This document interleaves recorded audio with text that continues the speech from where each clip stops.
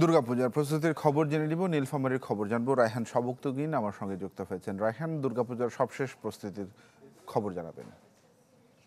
Furniture just smarter, JMG furniture. আমরা দুর্গাপূজার প্রস্তুতি দেখাতে এই মুহূর্তে নীলফামারীর একদম অজপাড়া গায়ে ধরণীগঞ্জ বলে একটা বাজারের মধ্যে এসেছি।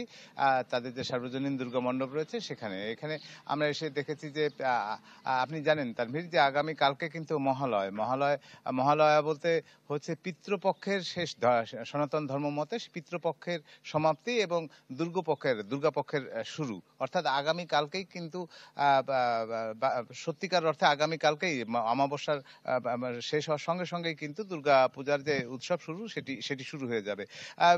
এটি ষষ্ঠী থেকে, অর্থাৎ যেদিন ঘট স্থাপন করে, পূজার যে ঘট স্থাপন করে তার থেকে 8 দিন আগে অনুষ্ঠিত হয়। আগামীকালকে রবিবারে এটি ঘট স্থাপন করা হবে। এটি আসলে এই গ্রাম্য এই ধরনের যে পূজা মণ্ডপ রয়েছে, এখানে মহালয়ার যে অনুষ্ঠানগুলো, রীতিনীতিগুলো তেমন জাঁকজমকপূর্ণ ভাবে হয় না। হয়তো বড় বড় মন্দিরগুলোতে মহালয়ার যে রীতিনীতি সেগুলো অনেক যথেষ্ট জাঁকজমকের সঙ্গে হয়।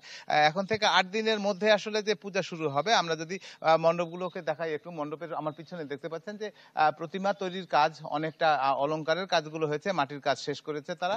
মালিরা যারা কাজ করেছেন তারা এখানে মাটি শুকানোর জন্য দিয়েছেন, কিন্তু এখনো যে রং করা বা আরো যে অন্যান্য যে অলংকরণ রয়েছে সেগুলোর কিন্তু কিছু কিছু কাজ বাকি রয়েছে। ওনারা বলছেন যে পূজা শুরু হয় ষষ্ঠী, অর্থাৎ দ্বিতীয় রবিবার আসতেই কিন্তু তারা এই কাজগুলো শেষ করে ফেলতে পারবেন।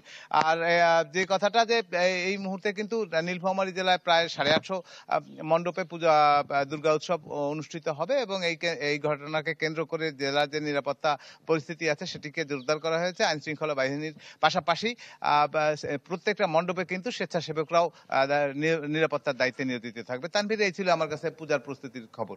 জি, রায়হান সবুক্তগিন, ধন্যবাদ আপনাকে। নীলফামারী থেকে জানাচ্ছিলেন সহকর্মী রায়হান সবুক্তগিন।